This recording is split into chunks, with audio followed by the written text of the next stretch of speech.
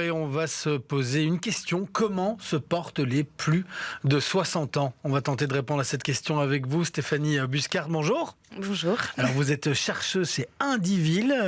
Vous avez donc mené, à la demande de la Fondation Rambaudouin, une enquête auprès de ces personnes de plus de 60 ans en Belgique. Alors pas toutes les personnes de plus de 60 ans, celles qui ne sont pas en situation de dépendance, celles qui se portent donc plutôt bien au niveau de la santé. Il y a plein de questions, il y a plein d'éléments de réponse, mais tout d'abord, on va dire quelque chose d'assez large. Est-ce que les personnes de plus de 60 ans sont heureuses? Ah oui, alors en général, elles indiquent un score de 7,3 sur 10, comme indice de bonheur. Alors c'est très général.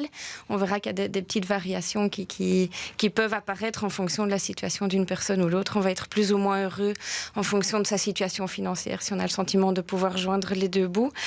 Si on a des bonnes perspectives de santé, si on est de plus ou moins bonne ou mauvaise santé, si on a la perception d'un soutien de l'entourage, d'avoir quelqu'un vers qui se retourner.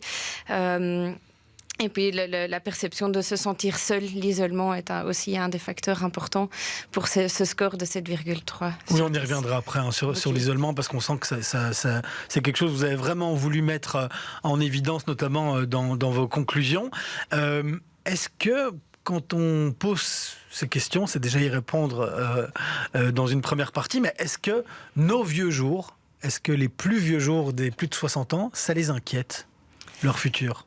Alors ça les inquiète dans une certaine mesure. Tant qu'on est heureux et qu'on indique un score de 7,3 sur 10, on a tendance à ne pas trop s'y préparer. On verra que 70% des personnes ne s'y préparent pas activement, donc ne prennent pas de mesures concrètes tant qu'elles ne se retrouvent pas dans des difficultés ou à partir d'un âge assez avancé. Donc on verra que vers 75 ans, on va commencer de plus en plus à prendre ces mesures concrètes et à mettre des choses en place pour prévoir nos vieux jours.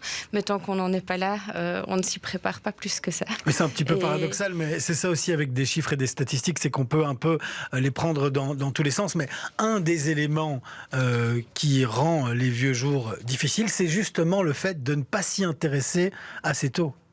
Oui, et alors il y a aussi le regard qu'on porte sur le vieillissement. Alors qu'on verra, 59% de la population a un regard positif ou plutôt positif sur le vieillissement. Il y a quand même 41% qui a un regard négatif ou plutôt très négatif sur cette étape de vie-là. Alors est-ce qu'il y a un peu un effet de on se met une barrière, on n'a pas envie de regarder ce qui se passe derrière d'une part, d'autre part... On se sent encore très jeune à 60 ans passés. Oui, je pense qu'on se sent encore très jeune. Et oui, comme je le disais, on n'a pas très envie de se confronter à cette question-là parce qu'on a peut-être le sentiment que ce n'est pas la plus heureuse. Oui, et vous avez fait des recherches sur ces questions-là très précisément, que ce soit notamment de se renseigner sur une future maison de repos, sur ce qu'est un aidant proche et qui pourrait être là pour nous pour nos vieux jours. C'est quelque chose qu'on élude en fait. Qu'on élude jusqu'à un certain point. Maintenant, on se rend compte aussi qu'au plus on est en connaissance de cause, au plus on a l'opportunité de se préparer, de se projeter dans cette vie après 60 ans ou après... Je pense que c'est plutôt après 75 ans que là, on va mettre les choses concrètes en place et on voit qu'au mieux, on est en connaissance de cause. Donc, on voit que le concept, par exemple, d'aidants proches, vous venez de le mentionner, est de plus en plus connu et c'est très bien. Ça permet aussi aux personnes de mieux s'approprier. Je pense aussi à l'essor des différents types de logements. On voit les logements kangourous et autres. Il y a la connaissance de ce type de logement qui fait son apparition. Ça aide aussi aux personnes de plus de 60 ans de se préparer.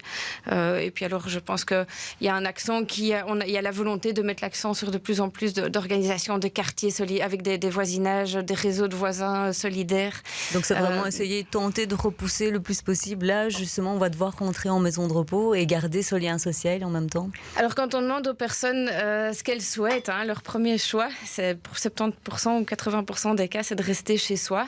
Maintenant, on voit que le logement n'est pas toujours adapté, que beaucoup finissent par continuer à vivre dans un logement qui est à moitié adapté. Mais c'est la volonté première. Et même quand on évoque les maisons de repos, le premier choix, c'est maintenir les premières attentes, c'est maintenir son indépendance et se sentir chez soi. Donc ça, c'est vraiment quelque chose qui est important. Et on verra qu'avec l'âge, on a de moins en moins envie de d'être déplacé, bouger, parce que l'aspect être chez soi, se sentir chez soi est important. Et pour rester le plus longtemps chez soi, il faut être bien encadré. Il y a les aidants proches, il y a le reste de la famille, il y a les amis, il y a les voisins. Tout ça, ça aide à avoir une forme de structure pour pouvoir rester chez soi le plus longtemps possible. Et ça, vous le remarquez, et c'est très parlant dans cette étude, le lien social est primordial pour la fin de vie. Oui, le lien social est primordial. On le voit, ça fait aussi partie de la manière, au plus les personnes sont intégrées socialement et au moins elles se sentent seules, au plus elles vont se préparer à l'avenir. Et donc, on va voir que c'est quelque chose qui est intrinsèquement lié, et cet isolement, ça vaut vraiment la peine d'y travailler. Je parlais des quartiers solidaires et autres là tout à l'heure, peut-être aussi mettre l'accent sur tout ce qui est participation dans l'associatif. Ça permet de créer un réseau de liens sociaux.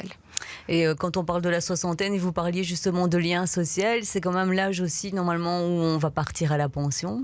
C'est aussi quelque chose qui doit se préparer parce que ça peut vraiment créer un vide dans la vie de la personne.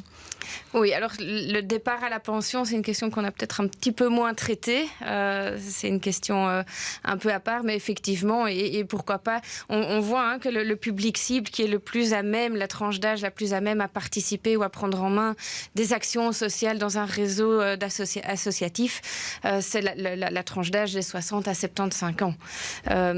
Et donc, on voit effectivement qu'il y a une volonté à ce moment-là de remplir un petit peu son agenda avec des actions qui ont du sens. Et l'intérêt d'avoir questionné tous ces plus de 60 ans et d'avoir sorti cette enquête, c'est aussi d'arriver à des conclusions et de pouvoir donner certains éléments pour avoir des perspectives.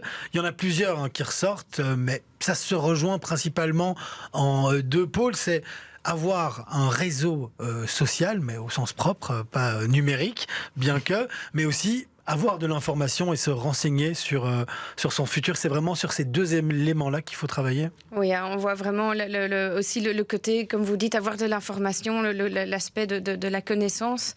On voit que les personnes qui vont régulièrement dans des maisons de repos auront un regard, par exemple, plus positif sur les maisons de repos, alors que quand on n'y connaît rien, on a un regard plus négatif, on n'arrive pas à se projeter.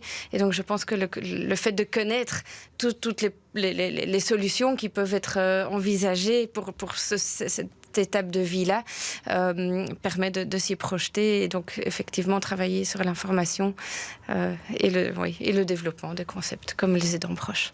Merci beaucoup Stéphanie Buscard. Je rappelle que vous êtes chercheuse chez Indivil. Vous avez donc mené cette étude et si nos téléspectateurs et nos auditeurs veulent aller la lire en détail, elle se trouve sur le site de la Fondation Roi Baudouin. Merci beaucoup. Tout à fait. Merci à vous. Merci.